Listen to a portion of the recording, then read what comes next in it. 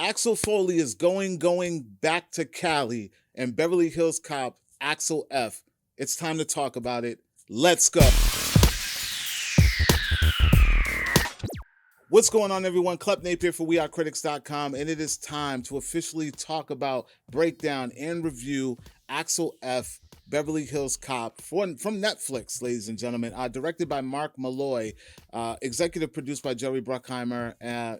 Listen, I have been a huge fan of this franchise. It has been a long time coming that I actually get to see and talk about this film. I was so excited once it got announced. I was even more excited when Netflix, shout out to Netflix, hooked me up and gave me the permission to actually check this thing out a couple of days early so that I could review and talk about it for all of you. Now, in order to make sure that I was unbiased and that it wasn't my excitement reviewing this film and that it was really the film pundit in me and the critic, I watched this thing more than once. I literally watched it 4 times so that I could get the giddy childhood feeling out and actually review this thing as an actual movie. Now, before I talk about what I thought about this film, let's talk a little bit about what Beverly Hills Cop is for those of you who do not know. Now, Beverly Hills Cop, Eddie Murphy's first leading role, 1984. This film came out, and to say that it shattered box office at a time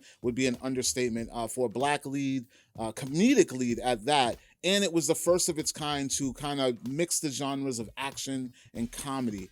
Never been seen before outside of maybe 48 Hours before that time, but usually back then it was either action or either comedy, and Eddie Murphy was able to kind of knock that genre, straight out the hemisphere, if you will, and kind of create something new. And they spun off a sequel in '87. Then they came back and did a little lackluster threequel, if you will, in 1994.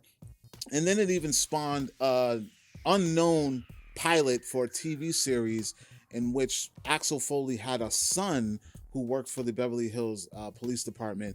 Somehow they nixed that, got rid of that concept, it's out there for those of you who want to see it. It's actually on YouTube. You can watch the actual pilot, starred Brandon T. Jackson as Axel Foley's son.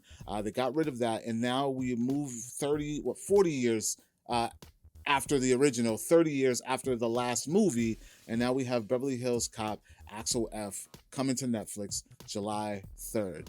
Now, what did I think about this movie? These guys, they understood, and I put this in the status when I did my first reaction. They understand that the chemistry, the magic of this movie, of this franchise, relies solely on one, Eddie Murphy, Judge Reinhold, John Ashton. Those are the main 3 characters that we know: Billy Rosewood, Taggart, and Axel Foley, and the music that we've grown to know and love within this series. When I tell you that the 80s had a certain style when it came to selling movies and marketing films, a lot of it relied on the actual soundtracks of the music that was played in the films.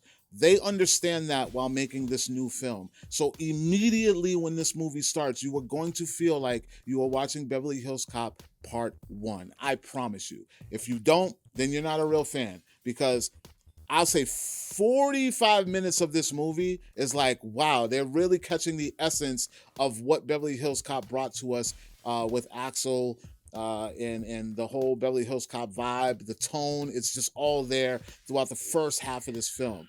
Gradually through this movie, it will shift the tone and kind of feel new. They bring in a couple of new songs, a song that you probably remember that's being promoted more recently by Lil Nas X.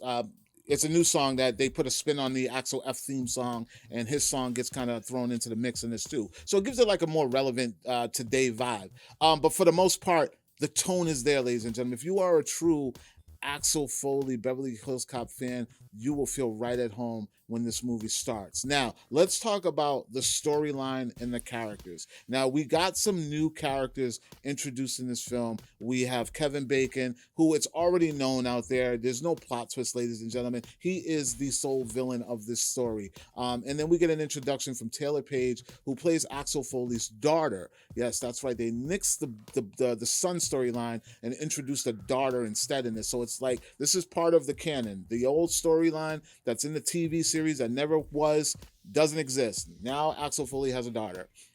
They're introduced into the mix along with Joseph Gordon-Levitt, who plays a character that pretty much sidekicks with Axel throughout this entire adventure. The storyline revolves around the daughter. Something happens. She's gotten in too deep with a client of hers. She's a lawyer. She's supposed to represent him to kind of clear his name. And the big baddies that she's trying to expose don't like that idea. They threaten the life. Judge Reinhold, Billy Rosewood, he calls Axel. Axel comes back to Beverly Hills as per usual whenever they need his help out there. Now, the good things about this film that it does is it really focuses in on what I consider the bad part of this movie. For me, although, the story is cut and dry, it's a little predictable. It's like every action 80s movie, the bad guy off rip, what's going to happen. The bad guys pretty much may win or not win right off rip. There's no surprises. They're old.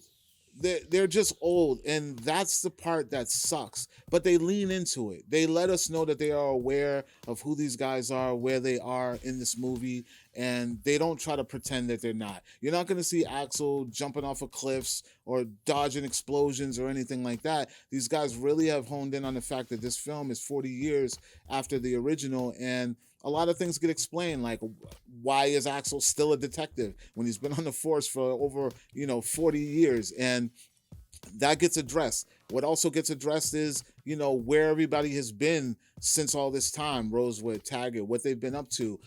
So where that's the good and the bad. It's like, okay, they're addressing it, so we get to kind of jump into the story and follow along and understand what's going on, wherever our favorite character's been. But at the same time, it's like, damn, I wish we could have really got another Beverly Hills Cop when everybody was just in their prime and young, and the jokes were, they were hitting harder and hitting a lot better than they are, because now we're just kind of accepting where everybody is right now. So that was the gift and the curse for me as far as this film. But overall, I thoroughly enjoy this movie as a Beverly Hills Cop fan, and I think that everyone that is a true Beverly Hills Cop fan will enjoy this movie. It's way better than Part 3, in my opinion. I know there are some people out there that like Part 3, but for me, 3 just does not feel like a Beverly Hills Cop movie. It kind of feels very Hollywood, which was something I had a conversation with one of my friends. We were talking about the differences in Part 1, 2, and 3, and how 1 and 2 feels very close-knit,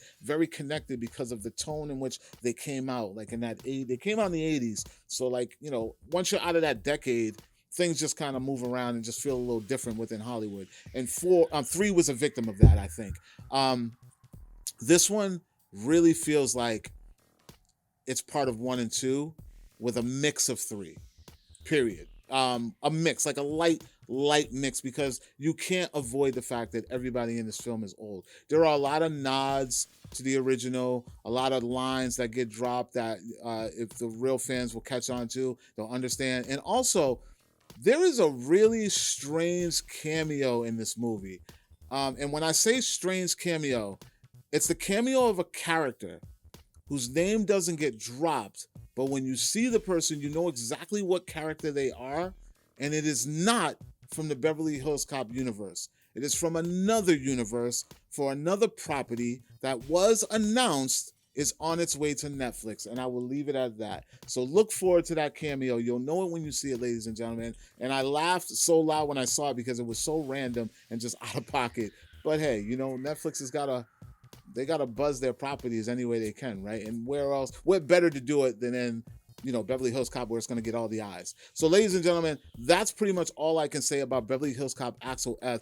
I think that it is a solid Beverly Hills Cop movie for real hardcore Axel Foley fans. Let me know how excited you are to see this film, ladies and gentlemen. Like, comment, share, make sure you subscribe. And for more movie news, television news, and pop culture, make sure you guys are checking out wearecritix.com. And I will talk to you all later. Peace.